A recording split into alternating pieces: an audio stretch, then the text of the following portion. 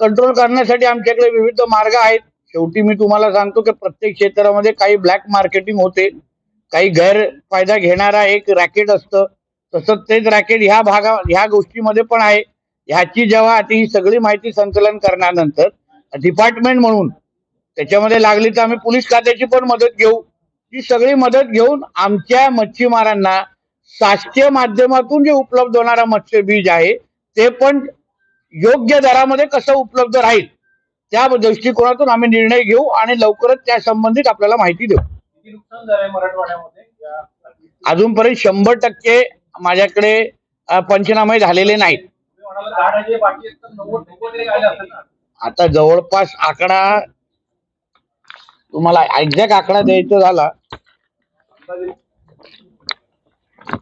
जवळपास 20 ते 22 कोटी 20 ते 22 कोटीचं नुकसान आतापर्यंत त्याचं आहे. अजून मला असं वाटतं बीड विभागाचा अजून पंचनामे मोठ्या प्रमाणामध्ये बाकी आहेत, एक 15-20% आणि लातूर विभागामध्ये बीड त्याच्यामध्ये एक माझा असा अंदाज आहे की त्याच्यामध्ये एक 5-10 कोटी अजून वाढतील असं दिसतंय मला. तर त्या दृष्टिकोनातून आमचा रिपोर्ट तयार होतोय. उद्या सकाळी थांबलो तर अजून एक तिसरं होतं. बाळासाहेब ठाकरे यांची बॉडी जेव्हा 2 दिवस ठेवली तेव्हा शरद पवारांनी रामदास कदम आणि इतरांना बोलवलं. त्रास देतोय बाळासाहेबांच्या बॉडीला. नाही, एक लक्षात घ्या, जसं मी तुम्हाला सकाळ पण सांगितलं, आता त्याच्याबद्दल त्यांनीच ऐकलं. कारण का उद्धवजीने काय राणे साहेबांना मातोश्रीमध्ये तेव्हा बाळासाहेबांची भेट घेण्यासाठी संधी दिली नाही. जेव्हा काही शेवटच्या दिवसामध्ये राणे साहेबांना बाळासाहेबांना भेटण्याची फार इच्छा होती तेव्हाही उद्धवजींनी आपली जी कपटी प्रवृत्ती आहे त्यानुसार राणे साहेबांना भेट करायला दिली नाही.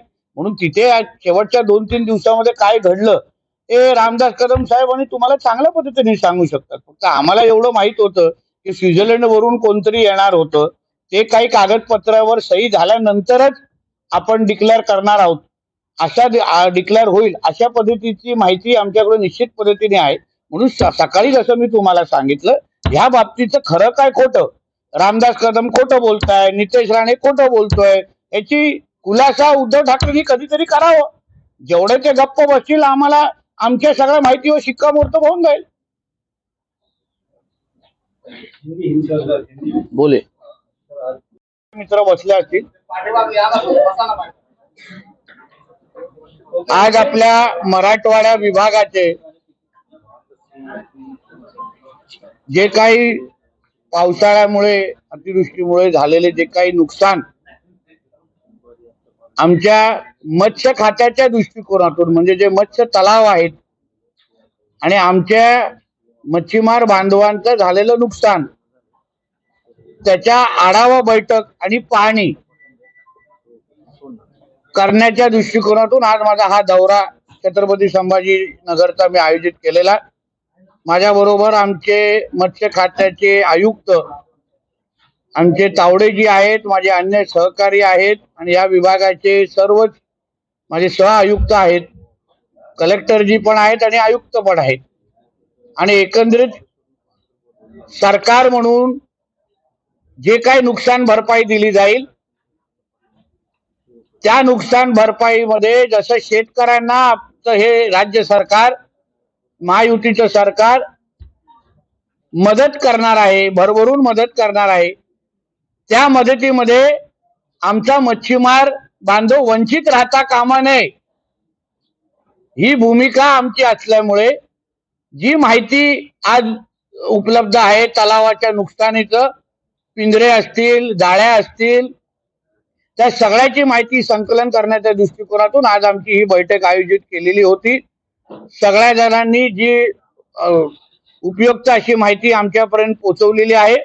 आता ह्या अनुसार पंचनामे जसं एक 2-5-10% अजून पंचनामे राहिलेले आहेत, ते पंचनामे पूर्ण झाल्यानंतर आदरणीय मुख्यमंत्र्यांकडे हा रिपोर्ट परिपूर्ण असा रिपोर्ट पाठवला जाईल. आणि जेव्हा सरकार म्हणून जेव्हा ही नुकसान भरपाई जाहीर होईल तेव्हा चांगली नुकसान भरपाई आमच्या मच्छीमार बांधवांना पण मिळेल हा विश्वास आपल्या माध्यमातून मच्छीमार बांधवांना देतो। मत्स्यबीजचा जो विषय आला जो कि नुकसान हमारे मछुआरों को हुआ है, उनके तालाबों को हुआ है, उसकी सभी का इंफॉर्मेशन लेने के लिए आज का हमारा दौरा था। सभी हमारे डिपार्टमेंट के सभी ऑफिसर, मेरे कमिश्नर, सभी के सब इधर मौजूद थे। सभी से हम लोगों ने इंफॉर्मेशन ली है। ज्यादा से ज्यादा हमारे मछुआरों को मदद कैसे की जा सकती है, उसके लिए हमारा रिपोर्ट तैयार करने का काम शुरू है। जब भी हमारे मुख्यमंत्री जी राज्य के सभी किसानों को जब भी मदद जाहिर करेंगे, तो उसकी अनाउंसमेंट करेंगे, उसमें हमारे मछुआरों को भी ज्यादा से ज्यादा मदद मिले, क्योंकि हमारे राज्य में अपने मच्छीमारी को, फिशरीज को एग्रीकल्चर का स्टेटस दिया है, कृषि का स्टेटस दिया है। इसलिए हमारी यही इच्छा है, जिस तरीके से किसानों को मदद होने वाली है, उसी दायरे में हमारे मछुआरों को भी मदद होनी चाहिए। करीब करीब अभी तक तो नुकसान 22 कोटी का दिख रहा है, 22 करोड़ का दिख रहा है। वो बढ़ता जाएगा, क्योंकि पंचनामे अभी तक बाकी है। 10 से 15% के पंचनामे अभी तक बाकी है।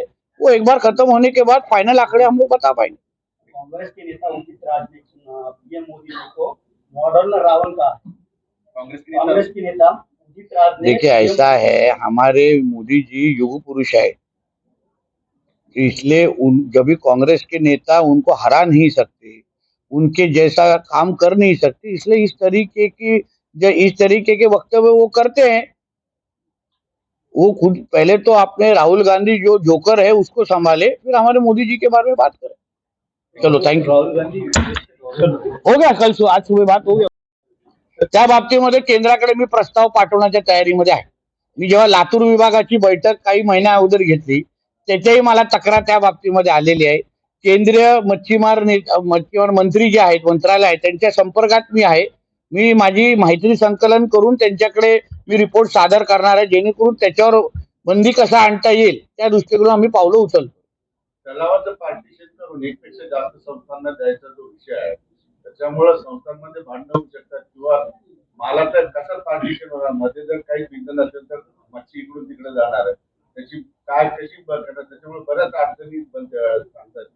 आता सोमवारी आमचे मच्छीमार सेलचे अध्यक्ष वानखेडेजी आणि त्यांच्या सगळ्या सहकाऱ्यांचं सोमवारी या संदर्भात मी मंत्रालयामध्ये बैठक लावलेली आहे। ते जी माहिती तिथे देतील, जे प्रश्न मांडतील, त्या दृष्टिकोनातून मच्छीमारांना मदत होईल या दृष्टिकोनातून आम्ही निर्णय घेऊ।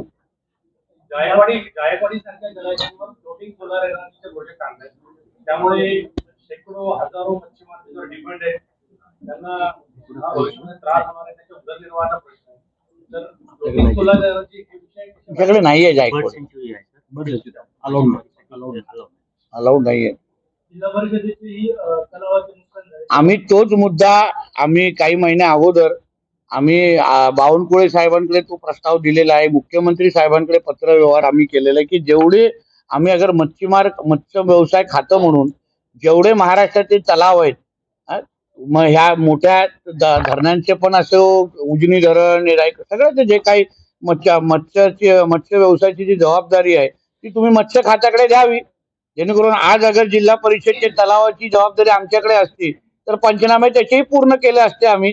म्हणून आता जसं मी मच्छीमार बांधवांना सांगितलं, मी काय कारण देण्यावर बसणार नाही, परत जाऊन ग्रामविकास मंत्री आमचे आदरणीय गोरेजी आहेत त्यांच्याशी बोलून ह्यांचे पंचनामे विवेचित करून घेऊ, तो एक भाग। आणि भविष्यामध्ये हेही जिल्हा परिषदचे तलाव तुम्ही आमच्याकडे हस्तांतर करा अशी विनंती करून त्या गोष्टी करून घेऊ। रामदास कदम यांनी